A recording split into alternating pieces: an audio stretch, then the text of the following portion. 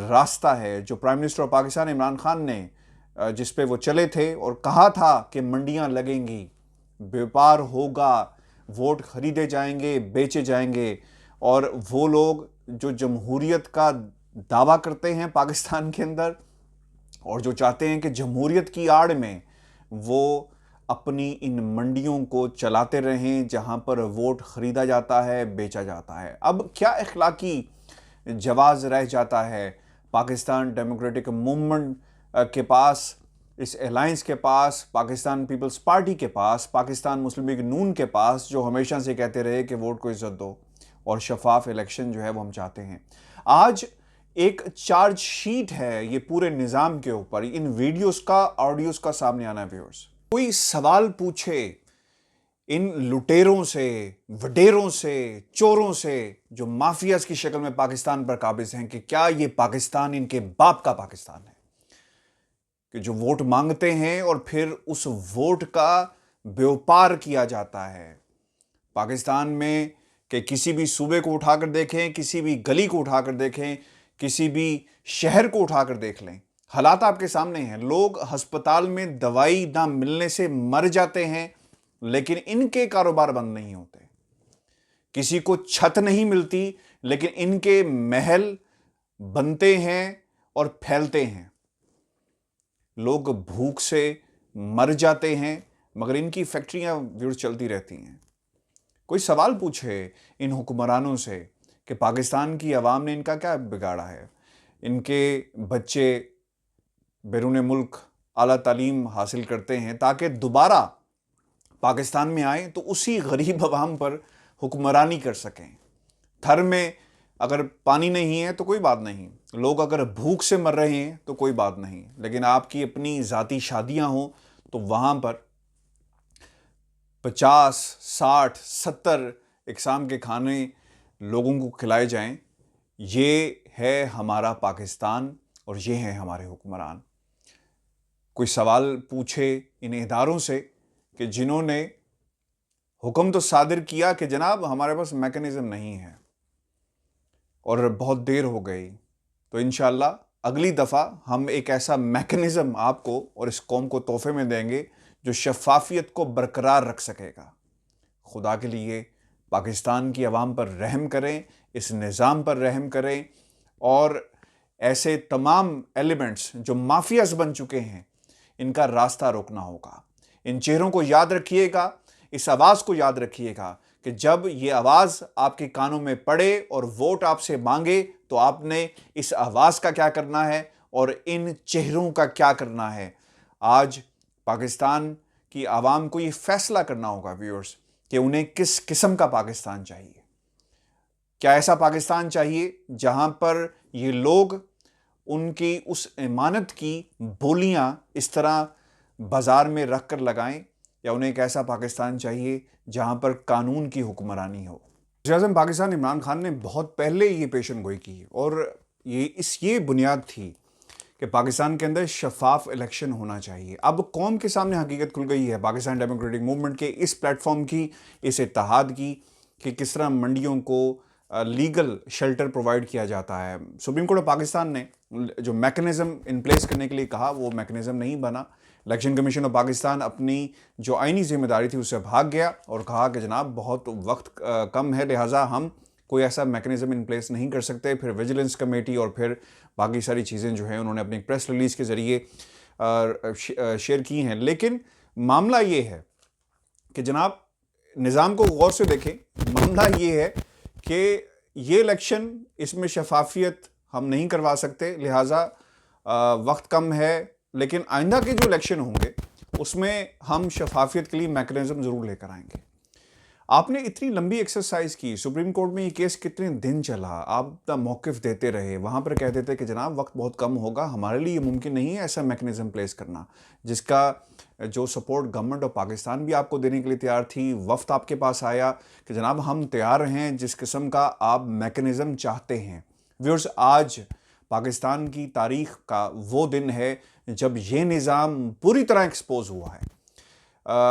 ہم صرف سنتے تھے کہ ہارس ٹریڈنگ ہوتی ہے, لیکن ٹیکنالوجی کے ذریعے اب چیزیں آپ کے سامنے کھل کر سامنے آ رہی ہیں کہ اب شاید اس ٹیکنالوجی جہاں پر آپ چھپ کر کسی کی ویڈیو اور آڈیو آپ ریکارڈ کر لیتے ہیں تو اب لوگ محتاط ہوں گے.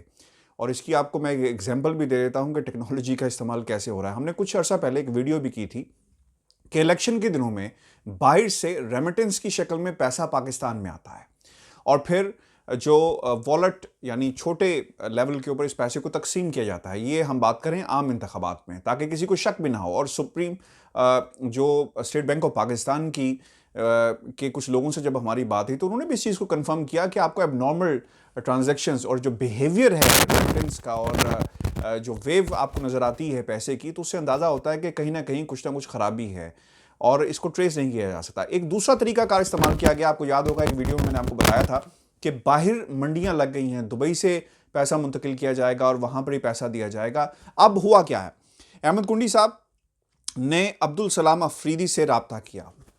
پاکستان پیپلز پارٹی نے بڑا زور لگا رہی ہے پیسے کی بنیاد کے اوپر اس الیکشن کا جو رخ ہے اسے موڑنے کے لیے.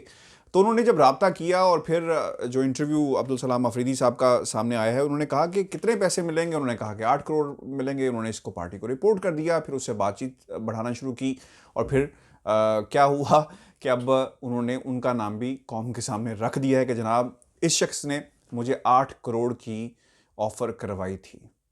تو نمبر جس کا وہ ذکر کرتے ہیں وہ کسی دوسرے ملک کا تھا. یہ وہی میکنزم ہے جسے ٹریس نہ کیا جا سکے, یعنی ایتھوپیا کا نمبر جس سے کال کی گئی اور اس کال کی بنیاد کے اوپر جب اسے ٹریک کیا اور احمد کنڈی صاحب کا اب نام لیا جا رہا ہے. یہ 3 انسیڈنٹس ہیں ویورز جو اس سسٹم کو ایکسپوز کرنے کے لیے کافی ہیں.